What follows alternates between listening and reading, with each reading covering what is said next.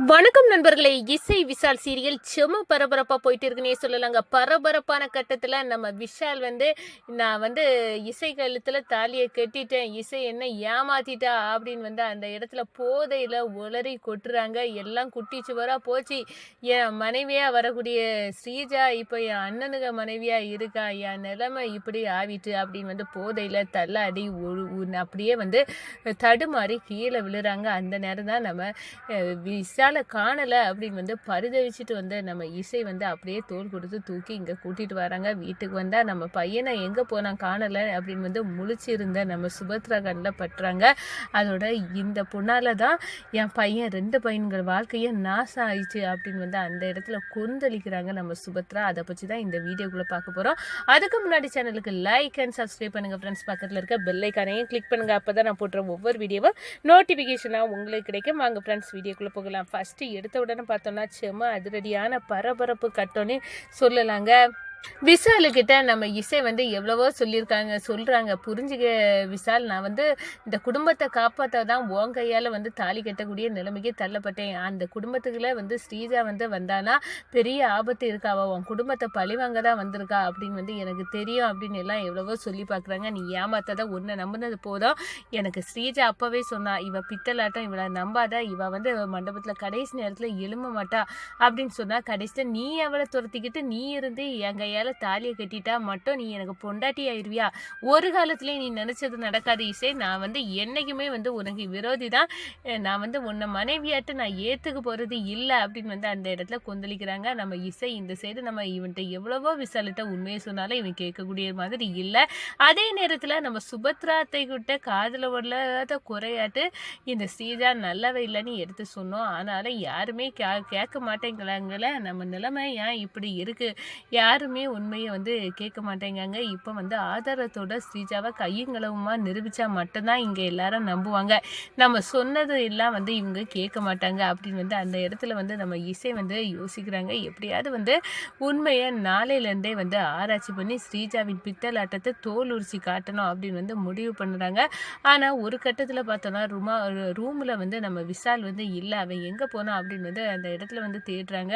நான் 2 வீலர் எடுத்து எங்கேயாவது போயிருப்பான், நம்ம தேடி பார்க்கலாம் அப்படின்னு நம்ம இசை நம்ம விஷாலை தேடி போகிறாங்க. ஒரு கட்டத்தில் போதையில் தடுமாறி ரோட்டில் மல்லாக்கில் படுத்துக்கிட்டு என்னை ஏமாத்திட்டா இசை, எனக்கு ஸ்ரீஜா மனைவியாக வரக்கூடியவ என் அண்ணனுங்க மனைவியாக போயிட்டா, என் ஸ்ரீஜாவை என்கிட்ட இருந்து பிரிச்சுட்டா, என் காதலை சொதப்பிட்டா, எல்லாத்தையும் மாற்றினது இந்த இசை தான், நான் சும்மா விட மாட்டேன் இசை அப்படின்னு புலம்பிட்டு இருக்காங்க. இதை பார்த்தடா அடடா இந்த விஷால் ஏன் எப்படி ஆயிட்டா, உண்மையை சொன்னாலும் யாரும் காது கொடுக்க மாட்டாங்களா, நான் உங்கள் அம்மாவுக்கு பெரிய ஆபத்து இருக்குது அந்த ஸ்ரீஜாவால், அதை பாதுகாக்க தாண்டா நான் உங்கள் வீட்டுக்கு மருமகளாக வந்தேன். அதெல்லாம் தெரியாமல் அத்தை கூட நான் சொல்லதை புரிஞ்சுக்கங்கல்ல, நீனமா இப்படியே இருக்கா, நீ இதுக்காக குடிச்சு புலம்பக்கூடிய நிலைமை ஆயிட்டு, இதை அத்தை பார்த்தாங்கன்னா எவ்வளோ வருத்தப்படுவாங்க அப்படின்னு அந்த இடத்துல சேஃபாட்டு நம்ம இவரை வீட்டுக்கு கூட்டிகிட்டு போனோம் அப்படின்னு இசை நினைக்கிறாங்க. 2 வீலரில் நம்ம எப்படி விசாலை கொண்டு போக போகிறோம் அப்படின்னு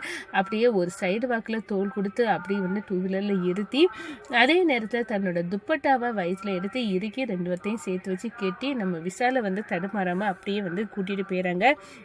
இந்த சைடு பார்த்தோன்னா என்னோட விஷால் இவ்வளோ நேரம் ஆகி எங்கே போனால் காணலை அப்படின்னு பெத்த மனசு துடிக்குதுங்க. சுபத்ரா வாசல்லே இருந்து பார்த்துட்டு இருக்காங்க. அப்போ தான் நம்ம இசை தோல் கொடுத்து தடுமாறிட்டு இருக்க நம்ம விஷாலை கூட்டிகிட்டு வரதை பார்க்குறாங்க. என் பையன்களுக்கு இந்த பழக்கம் எல்லாம் கிடையாது, ரொம்ப நல்ல பையங்க, ஆனால் அப்படி இருந்த பையங்க இப்படி இப்படி மாறதுக்கு இவன் இந்த இசை தான் காரணம்.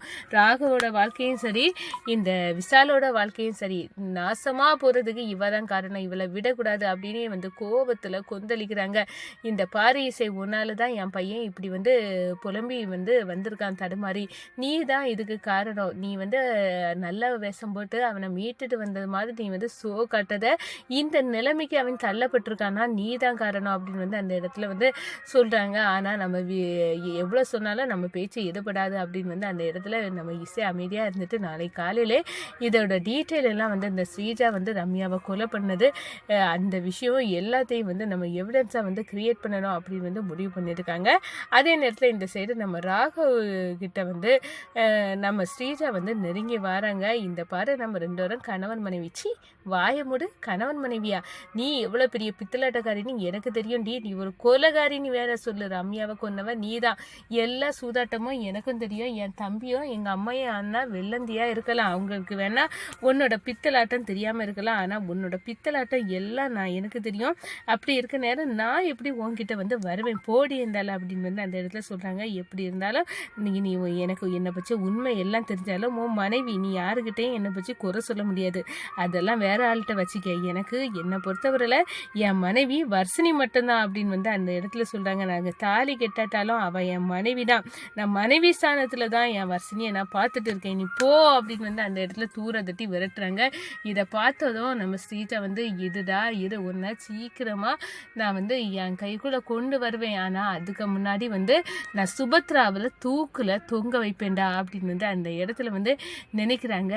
அதோட பார்த்தோன்னா இந்த சைடு நம்ம ராகவ் எப்படியாவது நம்ம உண்மையை கண்டுபிடிக்கணும். நம்ம ஃப்ரெண்டு டாக்டர் அவங்கள எப்படியாவது சந்திக்கணும். அவங்க எங்கே இருக்காங்க நீ தான் தெரியல. அவங்க அட்ரஸ் கிடச்சுன்னா அவங்கள சந்தித்து அன்னைக்கு என்ன நடந்துச்சு, உண்மையாட்டே ஸ்ரீஜாவுக்கும் விசாலுக்கும் தொடர்பு இருந்தா இல்லாட்டினா யாராவது உங்களை ரிப்போர்ட்டை மாற்ற வச்சாங்களா, மிரட்டுனாங்களா அப்படின்னு உண்மையை தெரிஞ்சுக்கிடணும். இந்த தெரிஞ்சாலே எல்லா குட்டம் அம்மா கிட்ட போட்டு உடைக்க கரெக்டாக இருக்கும். எப்படியாவது இந்த வாழ்க்கையிலேருந்து நான் விடுபட்டு வர்ஷினியை என் மனைவி ஆக்கிக்கிடணும் அப்படின்னு அந்த இடத்துல நம்ம ராகவ் நினைக்கிறாங்க.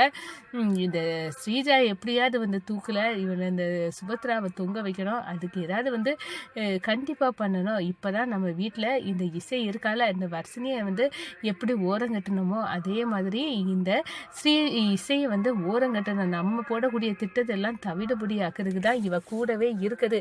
இவளை ஓரங்கட்டினாலே நம்ம சீக்கிரமாக சுபத்ராவை அழிச்சிடலாம் அப்படின்னு நினைக்கிறாங்க. இந்த விஷாலோட போதையில் புலம்பல் அதெல்லாம் நம்ம ஸ்ரீஜாவுக்கு அதுக்கும் எட்டுது.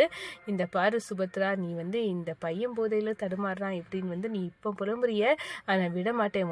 2 பையன்களுக்கு வாழ்க்கையை நாசாக்கி குட்டி சோறாக்கி உன் கண்ணு முன்னாடியே 2 பேர்த்தையும் அழிய வச்சு நீ அந்த அவமானத்திலேயே தூக்கில் தொங்கணும். இதுதாண்டி என் திட்டம் அப்படின்னு அந்த இடத்துல நினைக்கிறாங்க. இப்போ விஷால் தானே குடிச்சிட்டு உளறான். இனி போக போக ராகவும் குடிச்சிக்கிட்டு உளருவான். நீ எதுக்குடா இந்த 2 பசங்களுக்கும் கல்யாணத்தை பண்ணி வச்சோம் அப்படின்னு உன் தலைப்பாடாட்டே நீ அடிக்கணும். நீ அடிச்சு அடிச்சு அடிச்சு நீ அவமானம் தாங்க முடியாமல் கூனி குறுகி ஒரு நாள் சாகணும்டி. என் கண்ணால் பார்க்கணும். 20 வருஷமா நான் கொதித்திருந்த எங்கள் அம்மா சாவுக்கு பழிவாங்க தான் நான் காத்துட்டு இருந்தேன். அந்த திட்டம் இப்போ நிறைவேறிட்டு நான் உன்னோட மருமகளாக வேற ஆகிட்டேன்.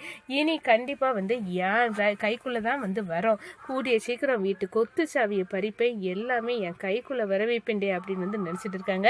அதுக்கு ஏத்தாப்புல சிந்தாமணி தூபம் போட நம்ம சுபத்ராவும் தலைகாலு புரியாமல் என் மருமக ஸ்ரீஜா தான். இசை பேருக்கு தான் எனக்கு மருமகளாக இருக்க முடியும், ஆனால் முழு அதிகாரமும் ஸ்ரீஜாவுக்கு தான் இருக்குது அப்படின்னு ஆடுறாங்க.